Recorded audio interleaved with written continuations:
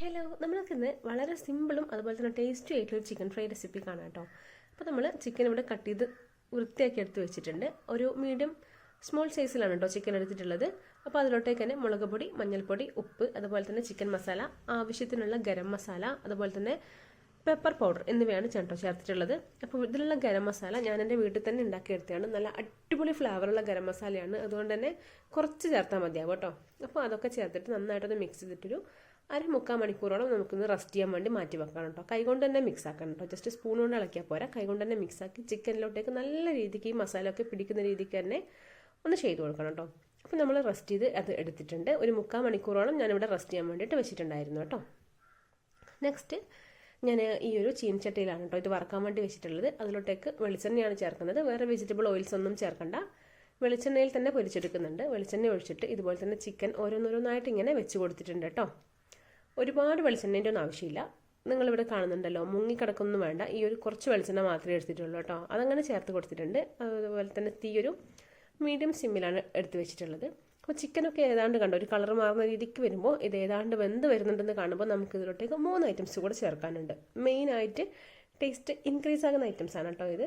നമ്മുടെ വെളുത്തുള്ളി, ഇഞ്ചി, അതുപോലെ തന്നെ കറിവേപ്പില, ഇത് മൂന്നും ഇതിങ്ങനെ മേലെ ഇങ്ങനെ തൂക്കി കൊടുക്കണം കേട്ടോ. ഒരു സ്ഥലത്തിടണ്ട, എല്ലാ സ്ഥലത്തുമായിട്ട് ഇങ്ങനെ ഒന്ന് ചെതറി തൂക്കി കൊടുക്കണം കേട്ടോ.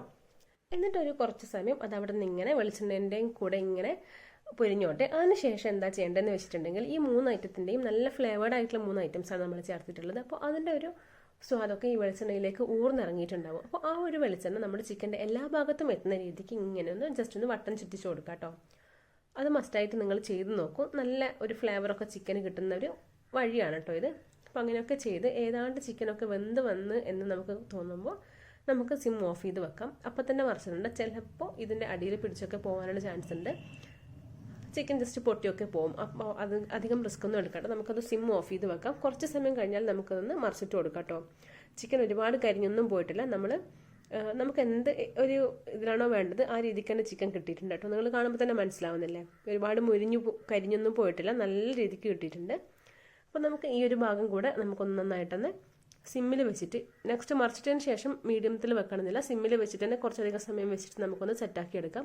ആ ടൈമിൽ തന്നെ ഞാൻ പറഞ്ഞല്ലോ ഗരം മസാല നല്ല ഫ്ലേവേർഡ് ആയിട്ടുള്ള മസാലയാണെന്ന് ഒറ്റ പിഞ്ചെടുത്തിട്ട് ഇതിലോട്ടേക്ക് ഇങ്ങനെ അങ്ങ് ചേർത്ത് കൊടുത്തിട്ടുണ്ട് കേട്ടോ. അതുപോലെ തന്നെ വട്ടത്തിലരിഞ്ഞിട്ടുള്ള ഉള്ളിയും കൂടെ ചേർത്ത് കൊടുക്കുന്നുണ്ട്. എന്നിട്ട് നന്നായിട്ട് ഇതൊന്ന് മിക്സ് ആക്കുക. നല്ല രീതിക്ക് തന്നെ മിക്സാക്കി കുഴഞ്ഞ രീതിക്ക് മിക്സാക്കി എടുക്കുക കേട്ടോ. നല്ല അടിപൊളി ടേസ്റ്റാണ്. നിങ്ങൾ നോർമൽ ചിക്കൻ ഫ്രൈ ചെയ്യുന്ന രീതിക്ക് ചെയ്തിട്ടുണ്ടാവും. ഈ ഒരു രീതിക്ക് വലിയ വ്യത്യാസമൊന്നും ഇല്ലെങ്കിലും ഈ ഒരു രീതിക്കൊന്ന് ചെയ്ത് നോക്കൂ. ഇതിൻ്റെ ടേസ്റ്റ് എത്ര മാത്രമാണെന്ന് അപ്പം നിങ്ങൾക്ക് മനസ്സിലാവും കേട്ടോ. എന്താണെങ്കിലും എല്ലാവരും ഒരു തവണയെങ്കിലും ഒന്ന് ട്രൈ ചെയ്ത് നോക്കി നോക്കാം കേട്ടോ. അതോടൊപ്പം തന്നെ കണ്ടുകൊണ്ടിരിക്കുന്ന എല്ലാ കൂട്ടുകാരും എൻ്റെ ചാനലൊന്ന് സബ്സ്ക്രൈബ് ചെയ്തിട്ട് മാക്സിമം ഒന്ന് സപ്പോർട്ട് ചെയ്യും. നിങ്ങൾക്ക് യൂസ്ഫുൾ ആയിട്ടുള്ള ഒരുപാട് വീഡിയോസ് ഇനിയും ചാനലിലുണ്ട് കേട്ടോ. അപ്പോൾ ഇത്രയേ ഉള്ളൂ. താങ്ക്